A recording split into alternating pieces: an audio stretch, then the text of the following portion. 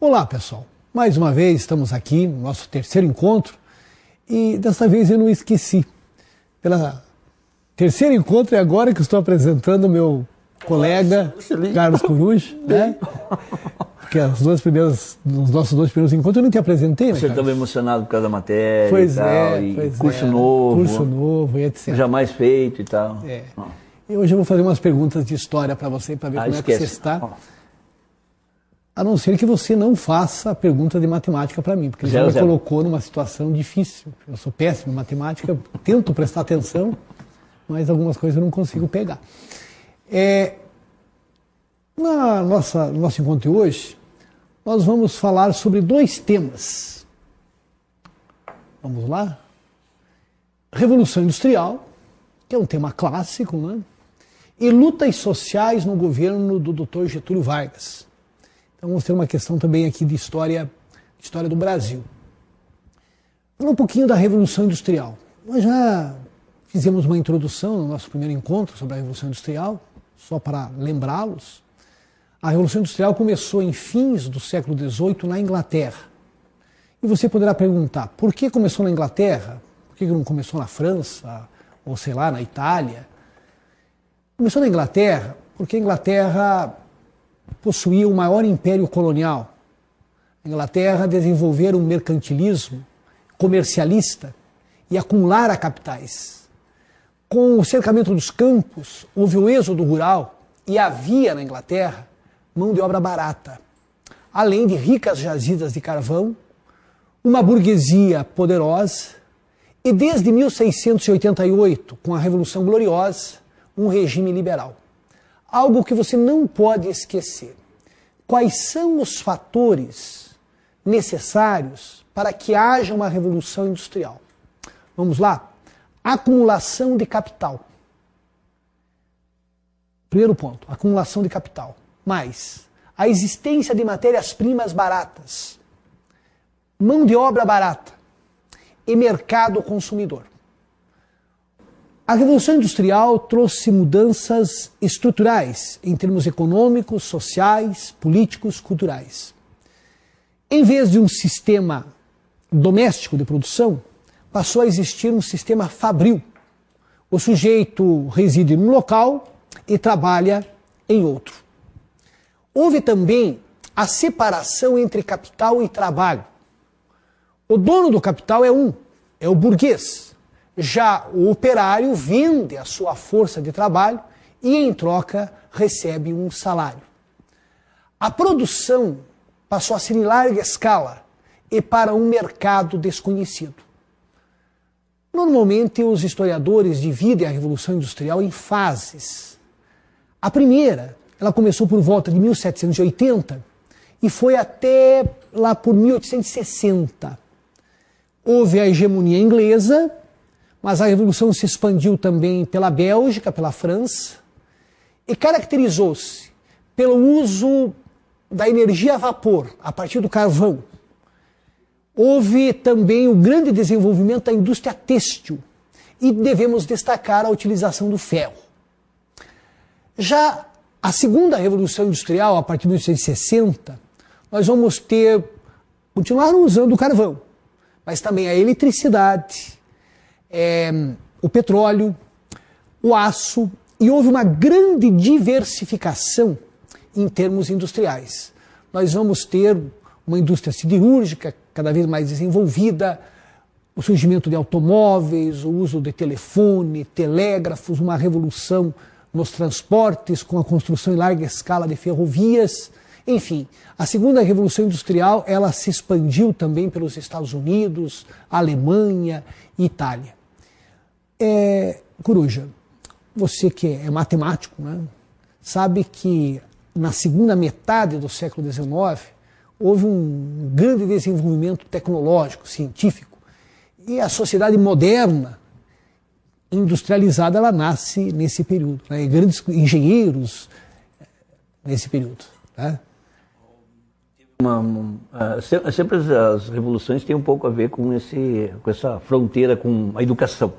Tanto que, assim, Teve aquele problema de matemática moderna que você deve ter acompanhado bem, que foi exatamente quando você estava começando a lecionar, provavelmente, né? Não vamos dizer datas assim, mas também teve a ver com problemas disso, que a história na época era a corrida armamentista, que desenfreou isso. Não tem nada a ver com o século XIX, mas também teve uma mudancinha ali que necessitou desse conhecimento de matemática, física mais aplicada. Sim, inclusive houve a produção de armamentos cada vez mais sofisticada. As metralhadoras, elas surgiram na segunda metade do século XIX. Já na Guerra de Secessão, de forma embrionária, chegaram a usar submarinos. Aquela historinha, desculpa te cortar, que assim, que o avanço que existe na aviação é porque a aviação serviria para guerras, que se outros ramos tivessem a utilidade bélica, também teríamos mais avanço do que tem hoje. Você falou bem, a Primeira Guerra, Carlos, se nós observarmos os aviões utilizados em 1914 e compararmos com os aviões utilizados em 1918, nós verificaremos que houve um progresso fenomenal. Então a guerra, ela contribuiu, a Grande Guerra de 14 e 18, para grandes progressos em várias áreas, inclusive na indústria química, já que nós tivemos o uso em larga escala de gases venenosos. Eu só gostaria de falar um pouquinho das consequências da Revolução Industrial. Teve consequências econômicas, né? Os países que se industrializaram, eles necessitavam de matérias-primas baratas e em mercados consumidores. Então, a expansão imperialista a partir da África e da Ásia pelas grandes potências industrializadas. Teve consequências sociais. Na primeira Revolução Industrial, longas jornadas de trabalho, 15, 16 horas por dia, locais de trabalho insalubres, salários irrisórios, a exploração da mão de obra infantil e feminina. Ainda bem que tudo isso é passado. Houve grandes progressos a partir da segunda metade do século XIX, porque os trabalhadores foram se organizando. Na Inglaterra, no começo do século XIX, houve o chamado movimento cartista. Antes, porém, o ludismo. Os trabalhadores colocavam a culpa pelo desemprego, pela miséria, pelos baixos salários, nas máquinas. E ali, por 1810, grupos de trabalhadores, em torno de 40, 50, atacavam as fábricas e quebravam as máquinas. Então, o ludismo, Inglaterra, começo do século XIX, trabalhadores quebrando máquinas, houve violenta repressão. Já no movimento cartista, os trabalhadores produziram um documento, uma carta, onde faziam junto ao parlamento britânico uma série de reivindicações, dentre elas o sufrágio universal, para que os trabalhadores tivessem o direito de voto, pois se isso ocorresse, eles teriam força política e com isso leis favoráveis aos trabalhadores seriam aprovadas. A Carta do Povo foi rejeitada 2 vezes, as greves foram reprimidas, mas a partir das últimas décadas do século XIX, na Inglaterra, nós tivemos avanços. Houve a redução da jornada de trabalho, a proibição de menores trabalhando em locais insalubres e também a proibição de que pessoas com idade inferior a 12 anos viessem a trabalhar. Mas nada caiu do céu.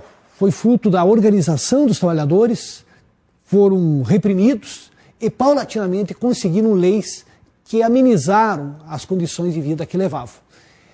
As consequências políticas, a burguesia consolidou o seu poder e nós vamos ter no terreno ideológico o liberalismo, que vai justificar o modo de produção capitalista. E vamos ter contestações ao capitalismo através dos vários socialismos, que a gente vai falar mais adiante. Mas vamos para a questão de hoje aqui. A Inglaterra pedia lucros e recebia lucros. Tudo se transformava em lucro. As cidades tinham sua sujeira lucrativa, suas favelas lucrativas, sua fumaça lucrativa, sua desordem lucrativa, sua ignorância lucrativa, seu desespero lucrativo. As novas fábricas e os novos alto-fornos eram como as pirâmides, mostrando mais a escravização do homem que seu poder. Qual relação é estabelecida no texto entre os avanços tecnológicos ocorridos no contexto da Revolução Industrial Inglesa e as características das cidades industriais no início do século XIX? Cidades industriais no início do século XIX. A facilidade em se estabelecerem relações lucrativas transformava as cidades em espaços privilegiados para a livre iniciativa, característica da nova sociedade capitalista. Não se coaduna com o texto essa alternativa. O desenvolvimento de métodos de planejamento urbano aumentava a eficiência do trabalho industrial. Não, as cidades no século XIX não eram planejadas, as condições higiênicas e sanitárias eram precárias.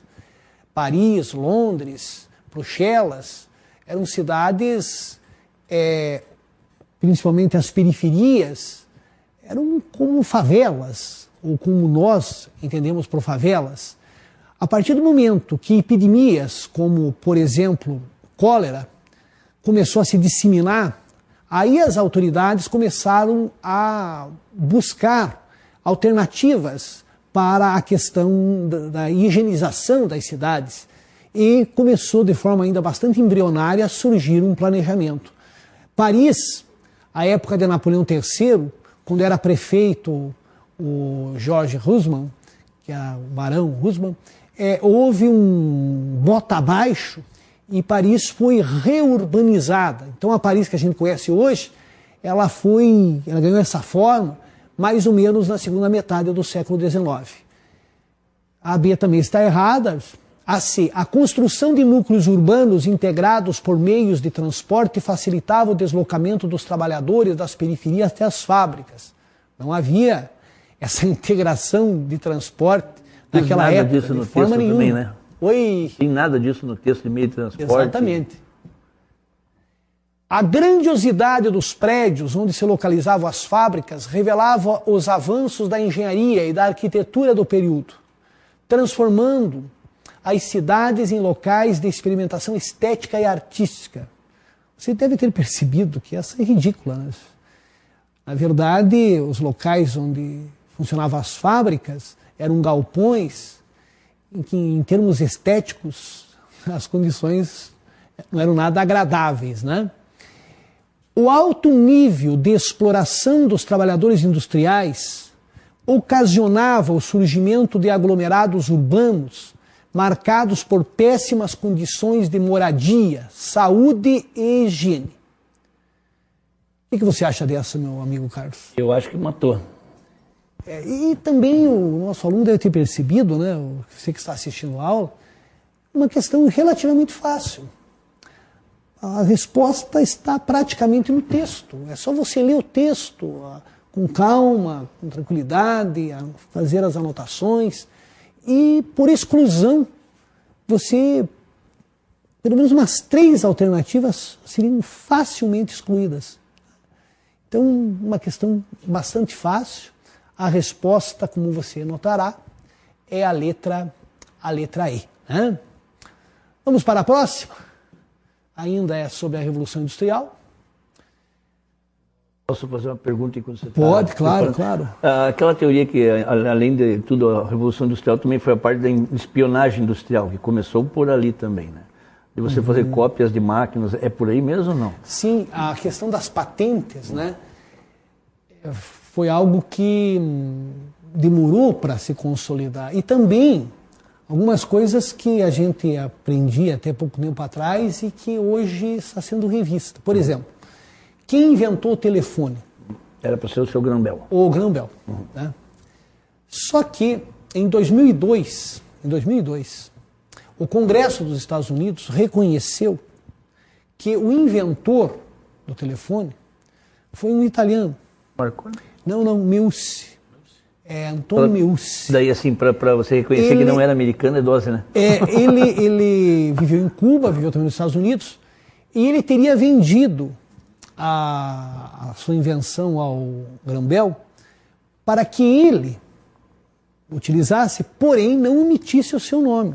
Quer dizer que temos uma chance de passar os irmãos Wright lá e o Santos Dumont ser considerado... como inventor do avião. O Thomas Edison, ele na verdade tinha uma equipe de pessoas trabalhando para ele. Então muitas das invenções atribuídas ao Thomas Edison, na verdade foi aquela equipe que de fato inventou, né?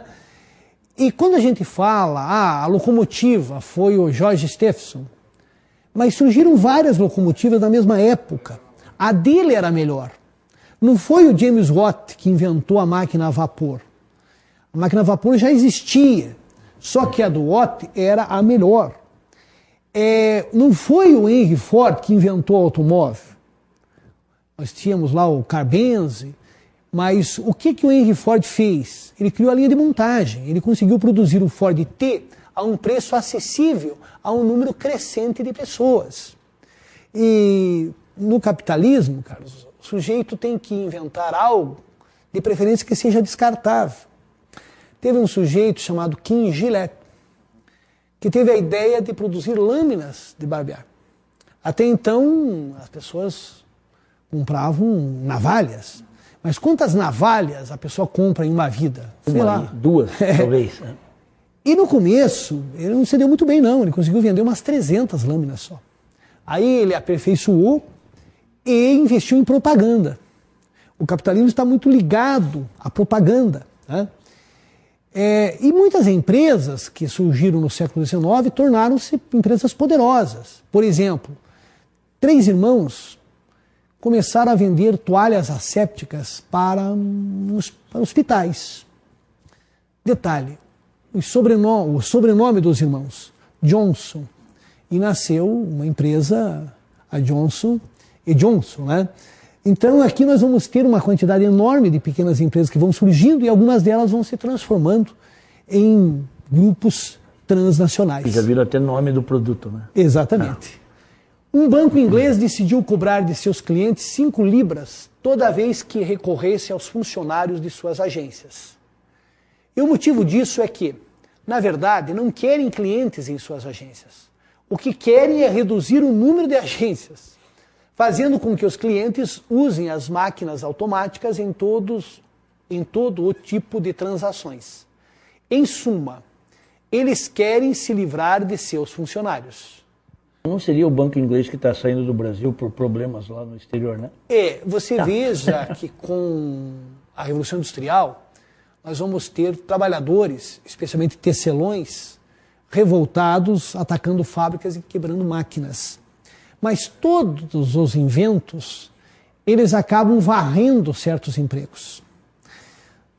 Você não, porque você é muito jovem, mas antes do surgimento dos caixas eletrônicos, nós fazíamos todas as transações bancárias, você chegava no banco e o funcionário é que ia descontar o cheque, o funcionário que ia fazer todas as operações. Então o número de funcionários que um banco necessitava era maior do que hoje. Com a informática, houve uma redução, né?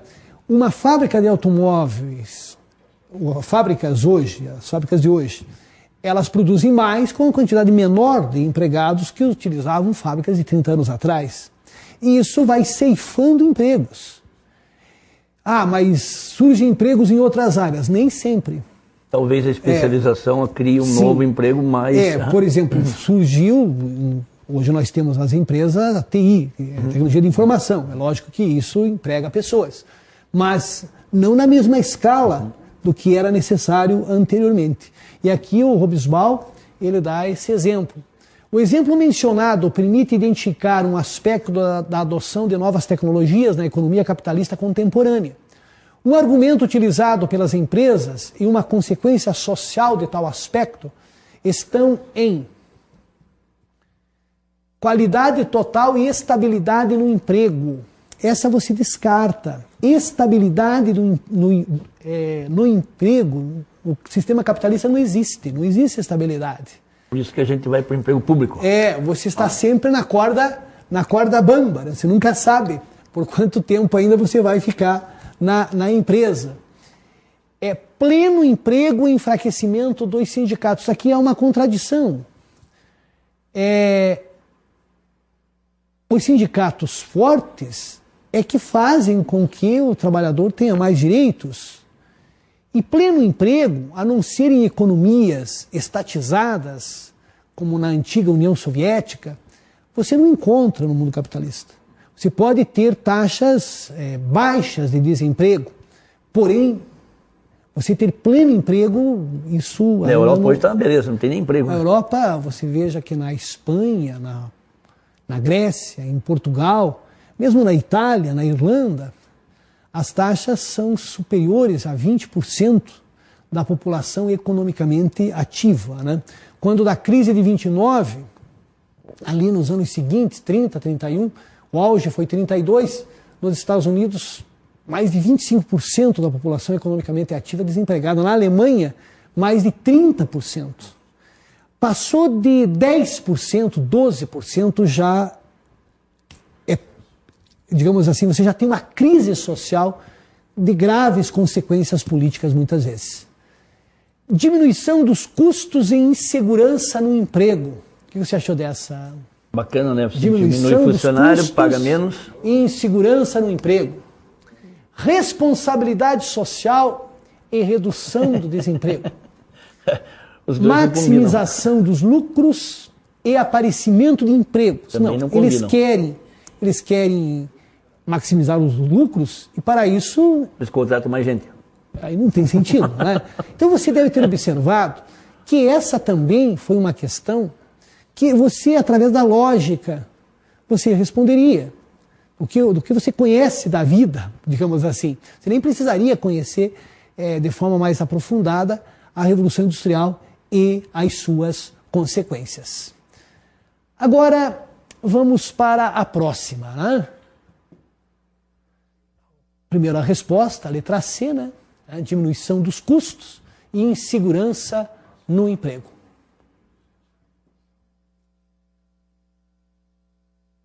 De março de 1931 a fevereiro de 1940, foram decretadas mais de 150 leis novas de proteção social e de regulamentação do trabalho em todos os seus setores. Todas elas têm sido simplesmente uma dádiva do governo. Desde aí, o trabalhador brasileiro encontra nos quadros gerais do regime o seu verdadeiro lugar. Vamos aqui, antes de respondermos a questão, falarmos um pouquinho, o professor Oswaldo já conversa com vocês sobre a história do Brasil, mas vamos retomar. Tomatinho. Eu não vou revelar o apelido do Oswaldo, do meu amigo tá. Oswaldo, porque não seria ético. Eu, como professor de história, ele também é meu colega de história também. Eu não vou fazer isso. Você vai se entender com ele, Carlos. Né? A proclamação da República, vocês sabem, foi em 1889, um golpe militar. Nós tivemos os dois primeiros presidentes, os marechais Deodoro da Fonseca e Floriano Peixoto. E a partir do governo de Prudente Moraes, vamos ter civis. A República Velha foi de 1889 a 1930. Caracterizou-se pelo predomínio político de dois estados, São Paulo e Minas Gerais, a célebre política do café com leite. Durante a República Velha, o voto não era secreto, chamavam de voto a bico de pena. As eleições eram fraudulentas. Existiam eleições, Carlos, que o número de eleitores suplantava os habitantes da localidade. E era um período de grande democracia, porque os mortos votavam. Mas a biologia explica isso. Tem assim, alguns organismos que são tão simples que eles se multiplicam com rapidez. O eleitor é um organismo simples. Entende? Tá aí a explicação. Eu sei dizer que o partido do governo, ou aqueles que estivessem no governo, sempre venciam. Foi uma república oligárquica, onde a participação popular foi mínima. Ocorreram revoltas, como a revolta da Chibata, em 1910, antes a revolta da vacina. Tivemos uma guerra civil entre 93 e 95, também conhecida como Revolução Federalista.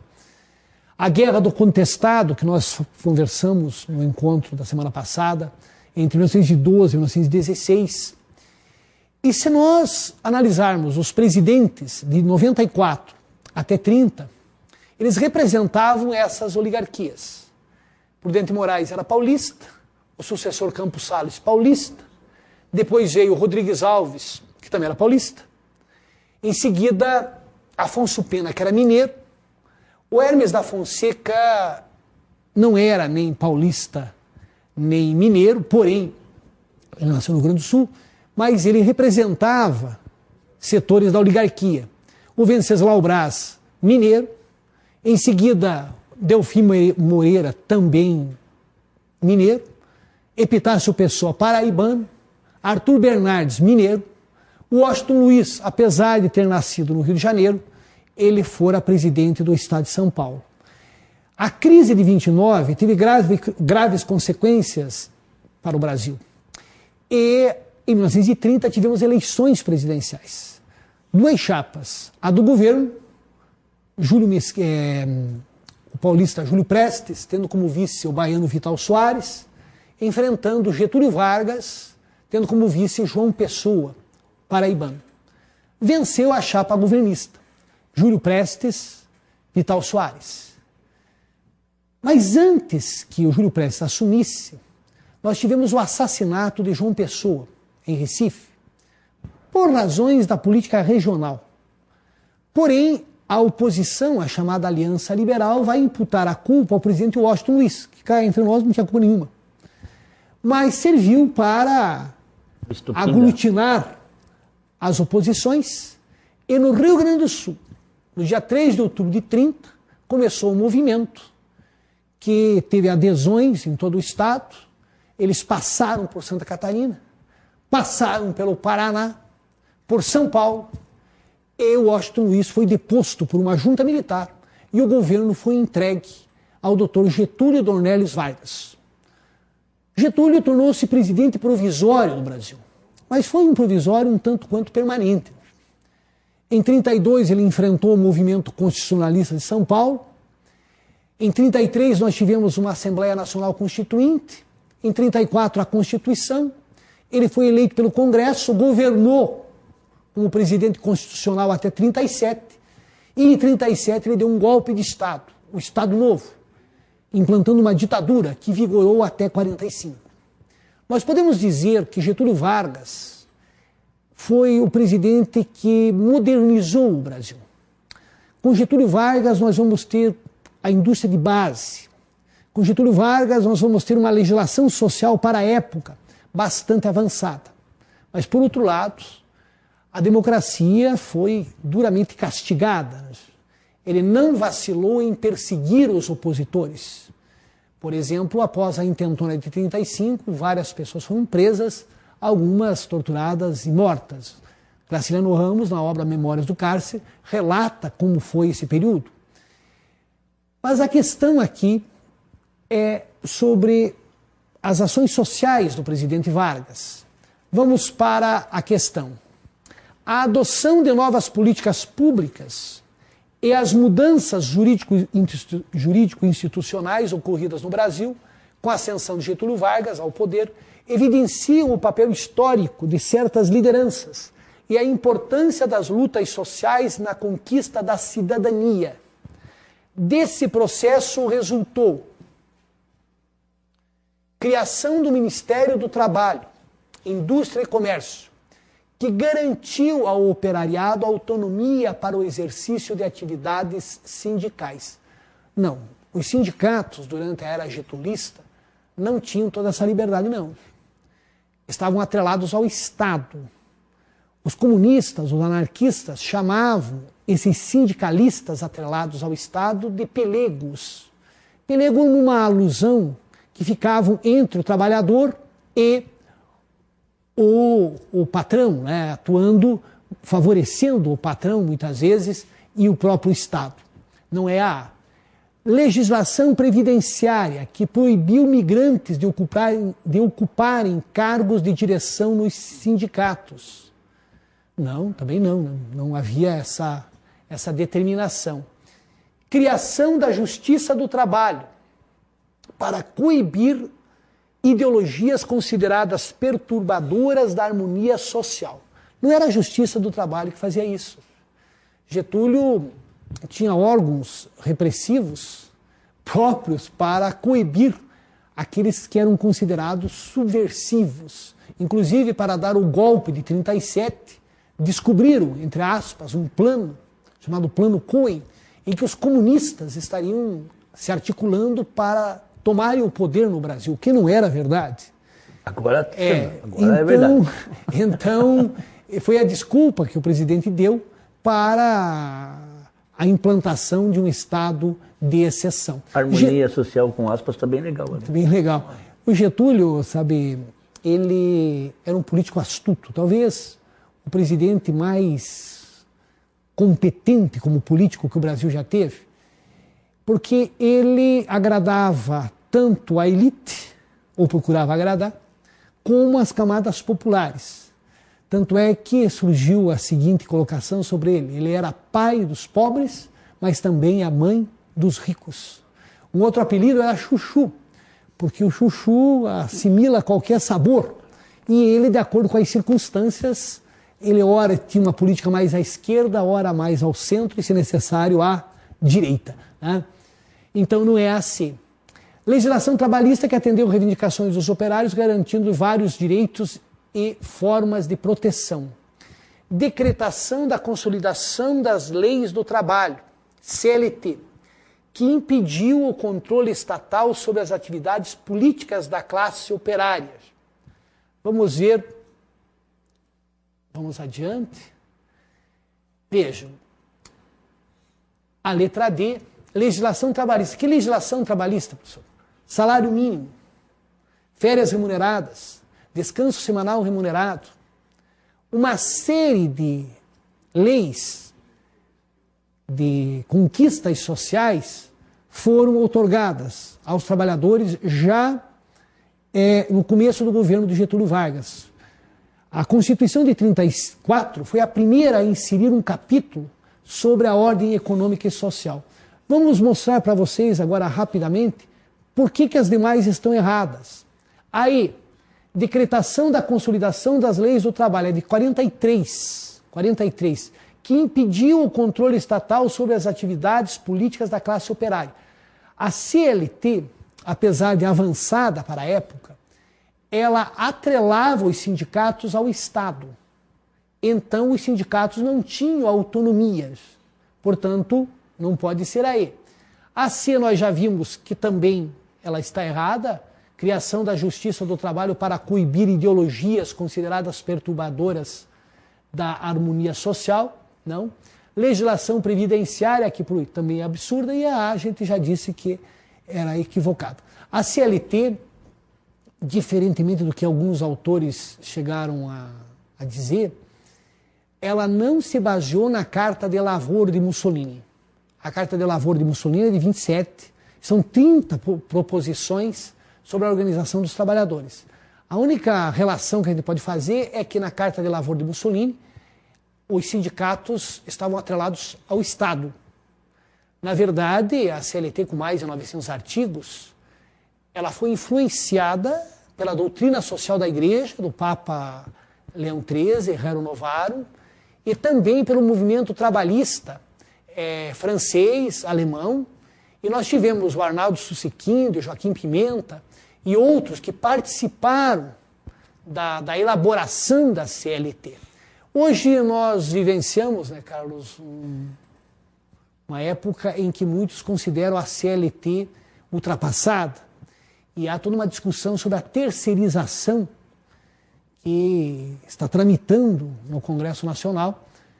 E alguns acham que isso irá prejudicar os trabalhadores. Porque a gente sabe historicamente, né, o trabalhador, quando perde direitos, dificilmente consegue recuperá-los. A CLT, sim, suas falhas tem, porém ainda é um instrumento de defesa dos direitos dos trabalhadores. Por hoje é só, né? Logo, logo, o professor Carlos estará com vocês com a matemática.